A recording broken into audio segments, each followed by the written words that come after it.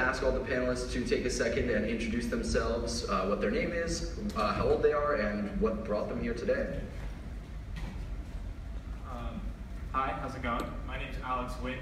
I'm 17 years old and I'm a rising senior at Marjory, Stonham High School. Hi, my name is Sarah Chadwick. I'm also 17 years old and I'm also a rising senior at Marjory, Stonham High School. Hi, my name is Robert Shentra. I'm 19. I graduated from Marjory Stoneman Douglas in 2017, and I lost my younger sister, Carmen, to gun violence that day at Marjory Stoneman Douglas. Hi, my name is Love Lundy. I'm 16 years old, and I'm a rising junior at Bob Jones High School in Huntsville, Alabama. Hey everyone, my name is Ryan Zervitis. I'm 15 years old and an incoming sophomore at Marjory Stoneman Douglas High School. Hello, my name is Ian Fitzpatrick, and I'm here at Apex Youth Center. Hi, my name is Naka Bailey, and I'm here with Apex Youth Center.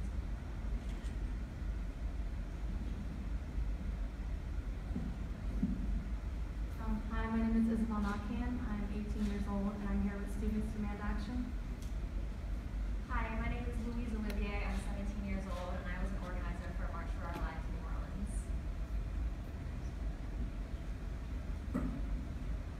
Hi, my name is Olivia Keith. I'm 17 years old. I'm about to be a senior at Ben Franklin High School and I was also an organizer for March for Our Lives in New Orleans. Hi, my name is Elliot Canty. I am 17 years old. I am a rising senior at Brother Martin High School, and I was also an organizer for the March for Our Lives as well.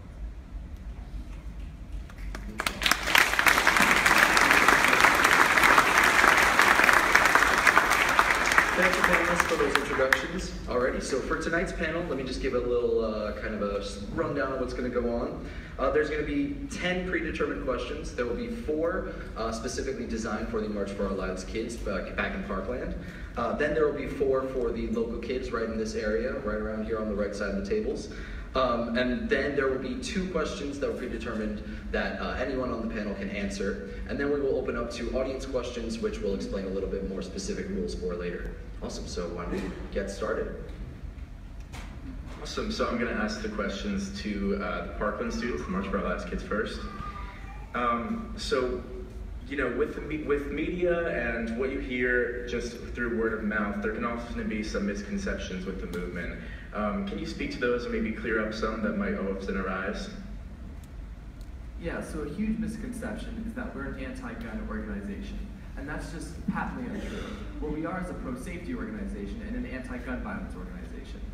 We're not trying to take away your guns and infringe your rights at all. All of our policy points have actually been deemed constitutional by multiple judges. We're just here to save as many lives as possible, and hopefully at the end of the day we'll convince you guys to go out there and start working towards that goal as well.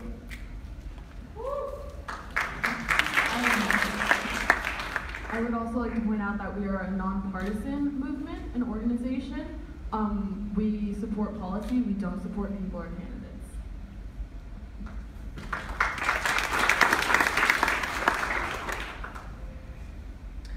Awesome. So the Road to Change has been traveling to multiple different states across the country.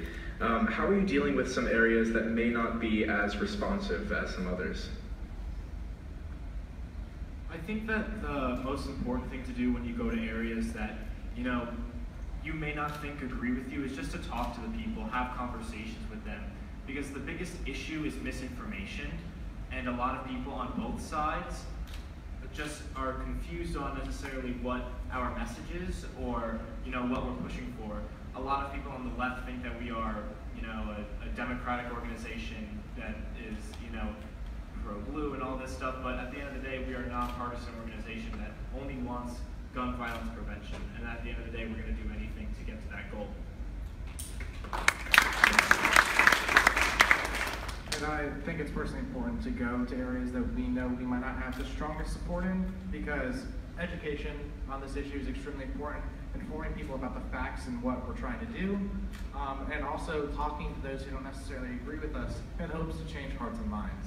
And we found that a lot of times when people are necessarily against us, per se, we can talk with them and have a productive conversation and find things that we agree on, like you know, digitizing the ATF and getting funding for the CDC to research gun violence. These are common sense things that a lot of people can agree on, and in the end, we found that everyone wants to save lives, we just have different ideas on how to do it. There's always a place in which we can come together and have common ground. I also think that this is not only something that's been a challenge when going to different places, but a misconception in the media is that March for Our Lives only talks about school shootings or mass shootings, but March for Our Lives really focuses on all gun violence and how we can prevent that, like all types of gun violence. So trying to go to different cities and see the types of gun violence that affect those specific communities has been something that we've been focusing on for sure.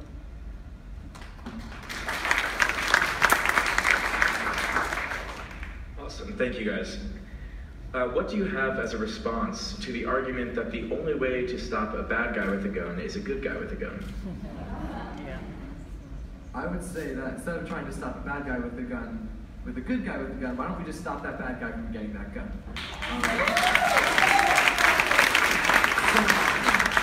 People pushing these reactive measures, but we should not be trying to be reactive to a shooter. We should try to be preventative and stop that shooter from committing that act in the first place.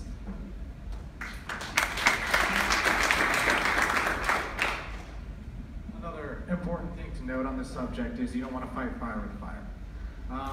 You know, having a good guy with a gun can both escalate the situation, also make it more dangerous, because then it creates a crossfire and people can get caught up in that. And so, you know, even with police, they are, you know, they're trained on a gun, and that's part of their job, is to be accurate, but they still miss a lot of the time. And so, you know, people can get hit with those stray bullets. And like Ryan said, the best way is to prevent this from happening in the first place, not react to it once it happens.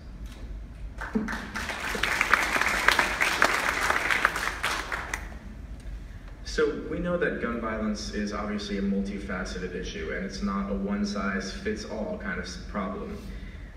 What, in your opinion, is the most proactive way to end gun violence?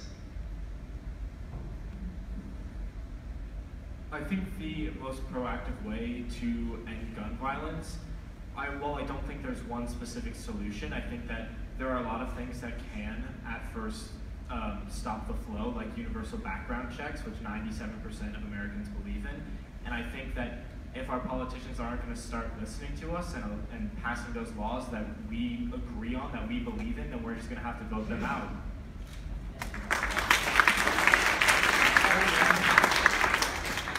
And gun violence is a very multifaceted issue.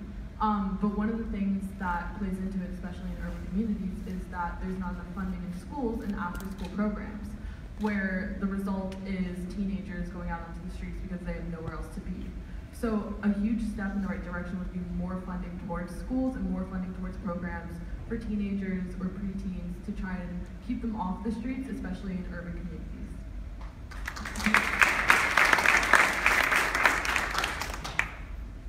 Awesome, thank you so much for those answers. We are now going to transition to the local students' questions. That's my job. Hi guys. Okay, so Louisiana is an extremely culturally diverse place with lots of different groups of people and lots of different places. So what's the best way for those people to work together to solve this issue?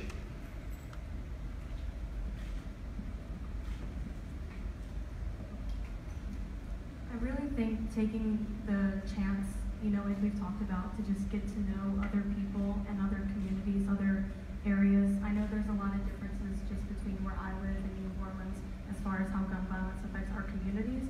I definitely come from an area where people like their guns. It's a part of culture. Hunting and fishing is just something that's a part of our area.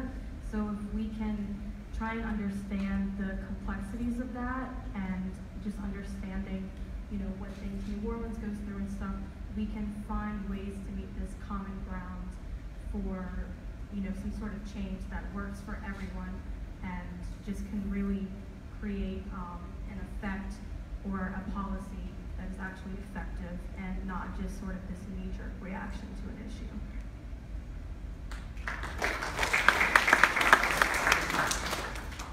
I would definitely agree that it's important to have these kinds of conversations where people are exchanging ideas and not just attacking each other based on party or their background.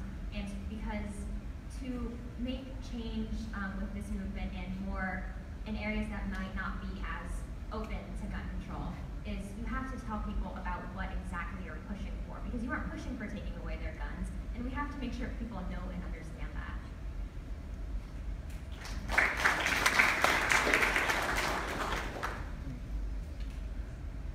Alrighty.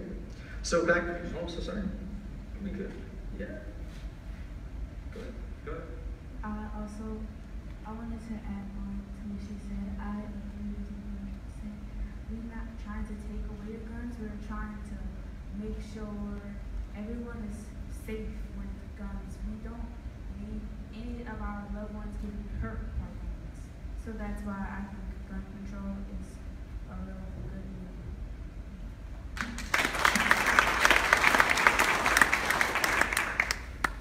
Okay, great. So back in Florida, some legislators have taken initiative to bulk up schools by doing things like arming teachers or having metal detectors outside the school. How do you guys think that that would positively or negatively affect a community like New Orleans? I don't think metal detectors are very effective. You know, everyone's got something on them that's metal. I mean, I'm sure school supplies are even made with things like that, but also, I don't think arming teachers is a very good solution either. I mean, if teachers are there to be teachers, they're there to teach. They're not security guards, or if they aren't there to be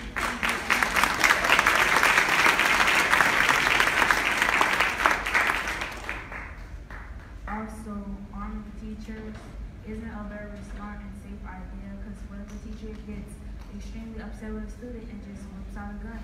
That's not safe.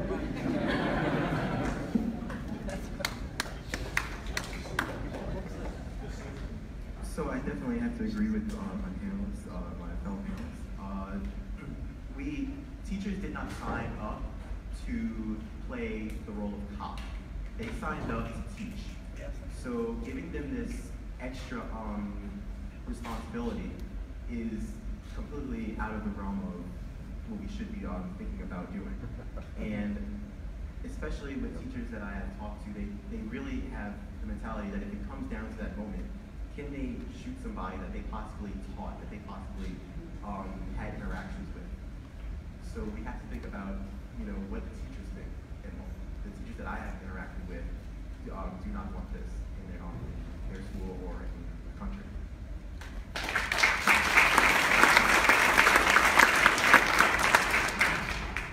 My parents are actually teachers, and my grandparents were. Both of my grandparents, I have aunts and uncles, and I've spoken to them a lot about this, and I think one of the most important things they bring up is that it changes the nature of our schools and just of our classrooms. You know, kids, I think it's hard to say that they wouldn't be conscious or know that there was a gun in the classroom. And when you just start having this fear cycling with young kids knowing that there's some dangerous weapon either their teacher has or in their classroom, it doesn't help to have these interactions we're supposed to be having, where we create these nurturing environments where teachers, you know, let their kids know you're someone, I'm someone you can turn to in a time of need. It just sort of obstructs what school, what education is supposed to be about. And it's almost changing the wrong culture. You know, we're changing what schools are about rather than changing what just public safety and national safety is about.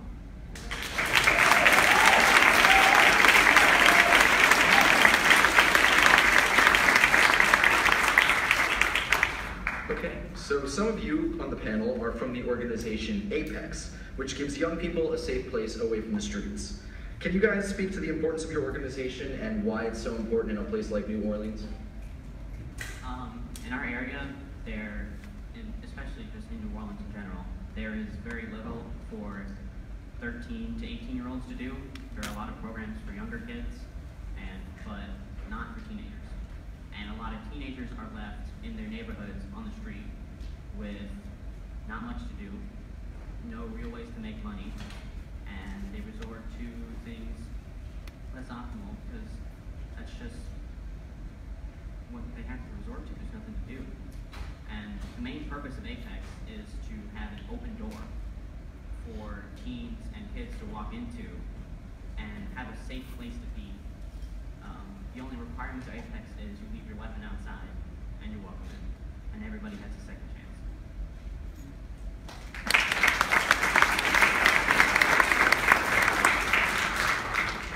Apex is a great thing for your teens and kids to do after school. That's why they start like at a reasonable time. So like as soon as students get out of school, they can go straight to Apex instead of going outside on the street. Their friends who probably aren't that good for them might get them into trouble and things like that. Apex is a safe place, and we really would love for people to come and see how we work, but please don't bring your weapons.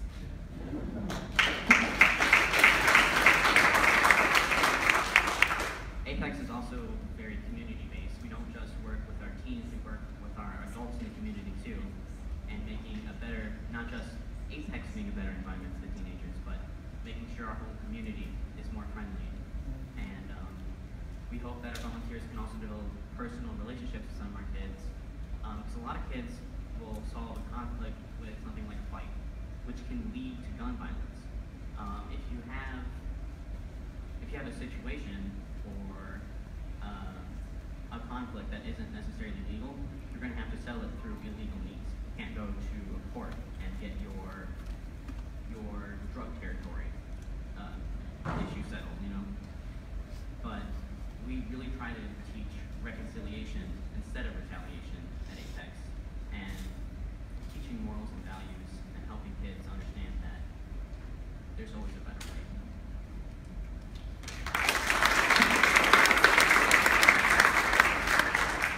All right, last up. The state of Louisiana ranks in the top 5 states in the U.S. that have been most impacted by gun violence.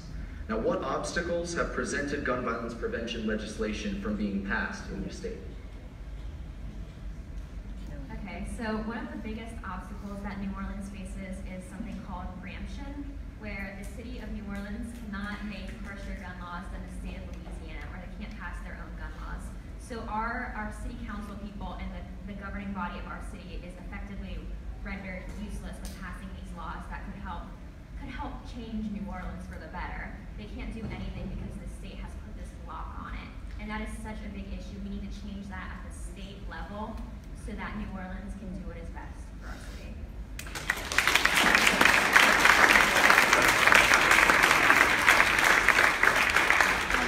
As you said, we are ranked number 5 for gun violence in the nation, but a lot of that is disproportionately in New Orleans. We do have a lot of people outside of our general area where their guns are a part of their culture. They have, it's okay to go shooting when you're 15, like it's okay to go hunting, it's okay to do all of these things that if we brought the same type of values into this city, people will get hurt. People do get hurt. We had 34 people shot, including children, in the past 2 weeks. This is incredibly prominent in our community, and so we do need to make a change.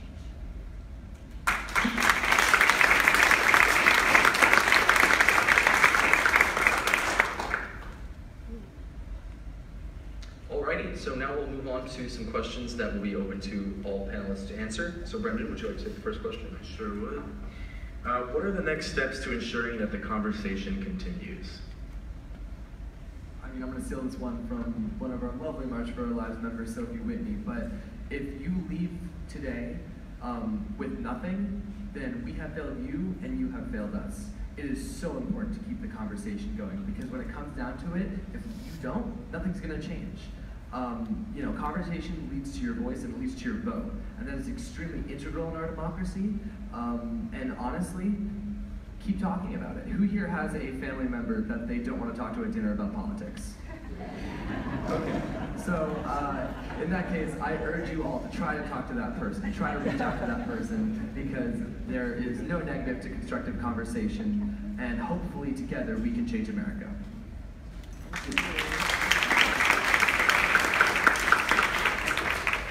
Yeah, and conversation is extremely important because when you don't talk about something, it polarizes the issue. And so by talking about it, by having these hard conversations, we can really understand each other better and, really come together on common sense solutions. Because, we've had this stigma in our country where, you don't talk about politics in polite conversation. What that's done is push people to the opposite ends of the spectrum. And so what we're trying to do is encourage people to have these hard conversations because it'll make you think about your own opinions and, you have to think about counter arguments to what people say. And then that helps you become more firm in your beliefs and help you really understand where your beliefs are. With this information that you learned here tonight, we encourage you to go out and talk to people because, like you said, the conversation is what keeps it going.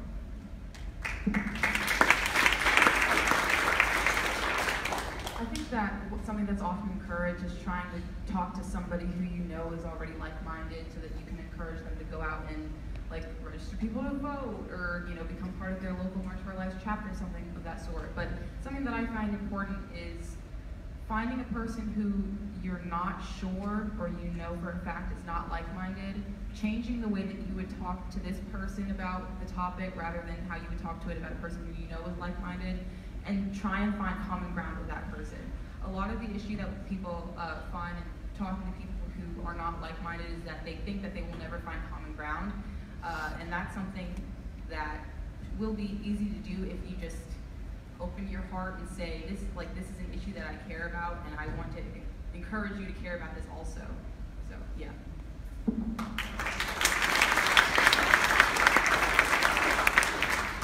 I think some of it too starts with, ending this idea that we have to divide ourselves amongst who we voted for and what we stand for. I see it a lot on social media, people removing others from their lives who they disagree with, and they just completely break that barrier where there can be conversation and you can come to some sort of agreement or understanding of one another. And it's until we bridge that gap and until we start reaching across that line, trying to bring others into the conversation, share our perspectives and learn from each other, that we can create effective change. I know it's such a broader statement, but I always think about when Abraham Lincoln said, a country divided against itself cannot stand. And that's true on so many different levels. We cannot come together and create something effective that's going to safeguard everyone in this country until we can break down those walls and decide this is an issue we all have to take part in. And it doesn't matter what you're affiliated with, who you vote for, what you exactly stand for. We're all here because we care about safety and the livelihood of ourselves and those we love most.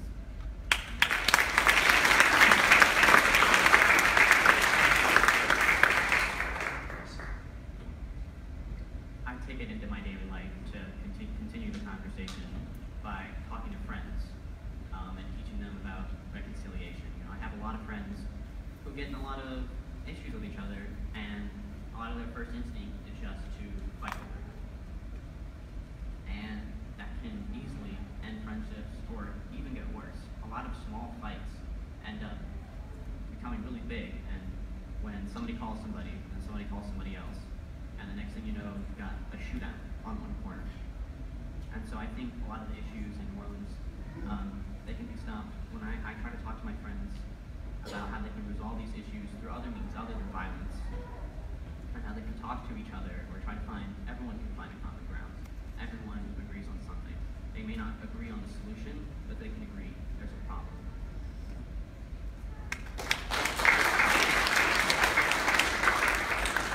And integrating these conversations into your daily life does not have to be something as big as walking around with a clipboard and asking people if they're registered to vote. We have the Parkland students gave us a few stories where they were in conversation with a friend and they just said, "Hey, are you registered to vote?" And then they either said yes or no, and if they said no, then, "Oh, you should really go to this and this resource. You can get signed up to vote. If you're not 18, you can vote when you turn 18." And it's as simple as that, and then the conversation continues easily. It's just a little blip, and it changes someone's life.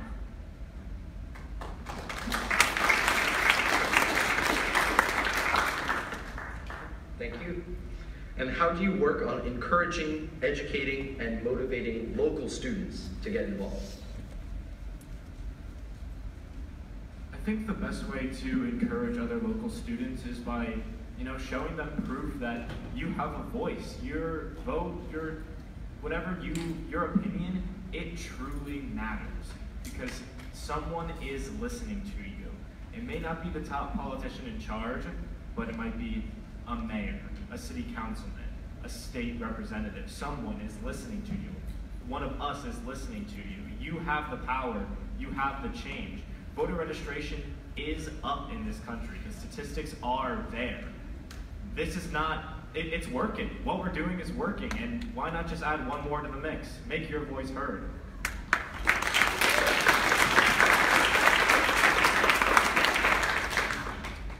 I think that many children are told to not speak, but speak when they are spoken to.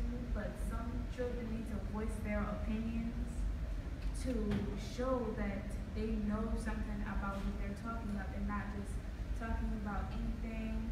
And some people or kids are just afraid to voice up, to say what they actually think about the whole situation until someone who's close to them tell them that it's okay to speak their minds or say their opinions and things like that.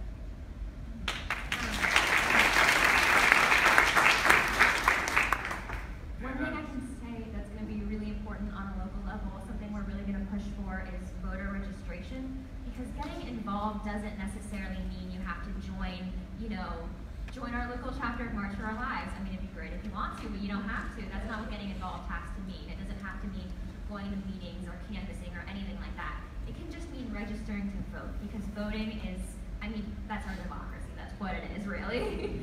And that is getting involved in politics, and that's getting people involved, is getting people to vote. And that is really what we need to be doing, especially in Louisiana, where we have a lot of lawmakers who don't agree with what we're trying to do, is we need to change that, really.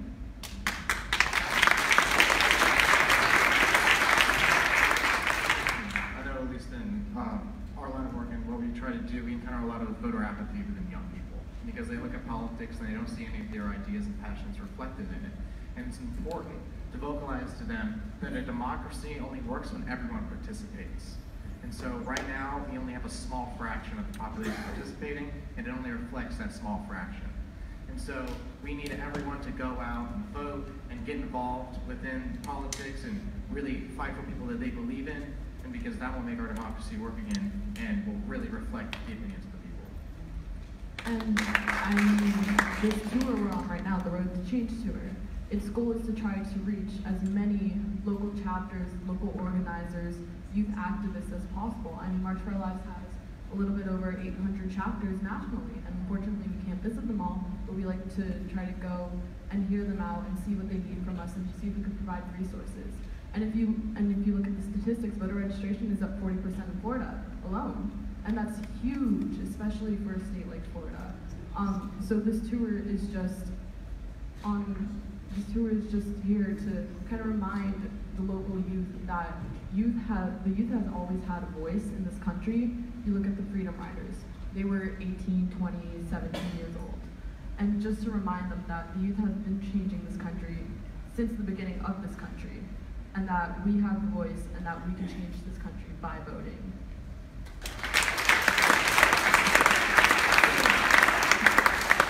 Something we like to say at March for Our Lives is that if you don't vote, you don't have the right to complain.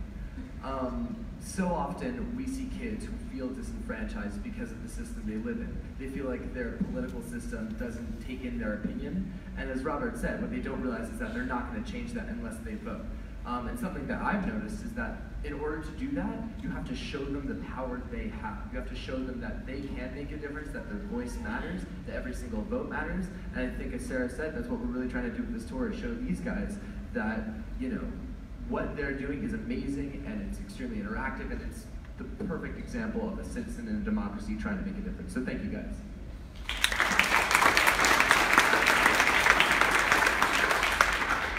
I know a lot of kids and teenagers who feel like their opinion is very valuable, it won't matter.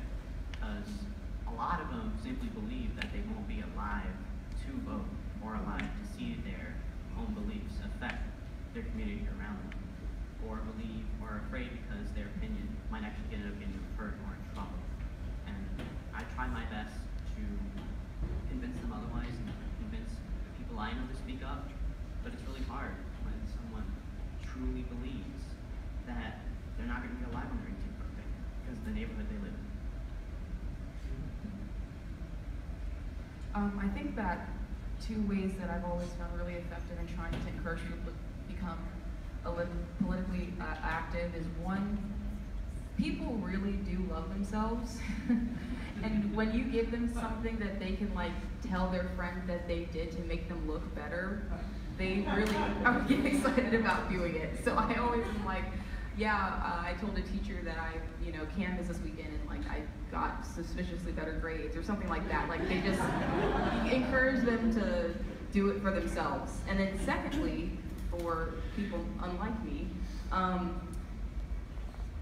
point out to them that this will affect their generation and all of the generations after it. People who are truly empathetic and care about like the society that they live in also care about the society that the people that are going to come after them will live in. And so if you say to them, realize that becoming politically active is going to make the world a better place for the people coming after you, like your kids, they get excited about that as well. So.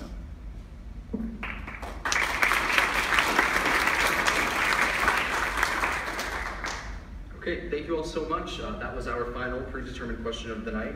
So before we move on to audience questions, Brendan and I are just going to go through a few guidelines. Brendan, would you like to start us off? Sure. So first we ask that you remain respectful and courteous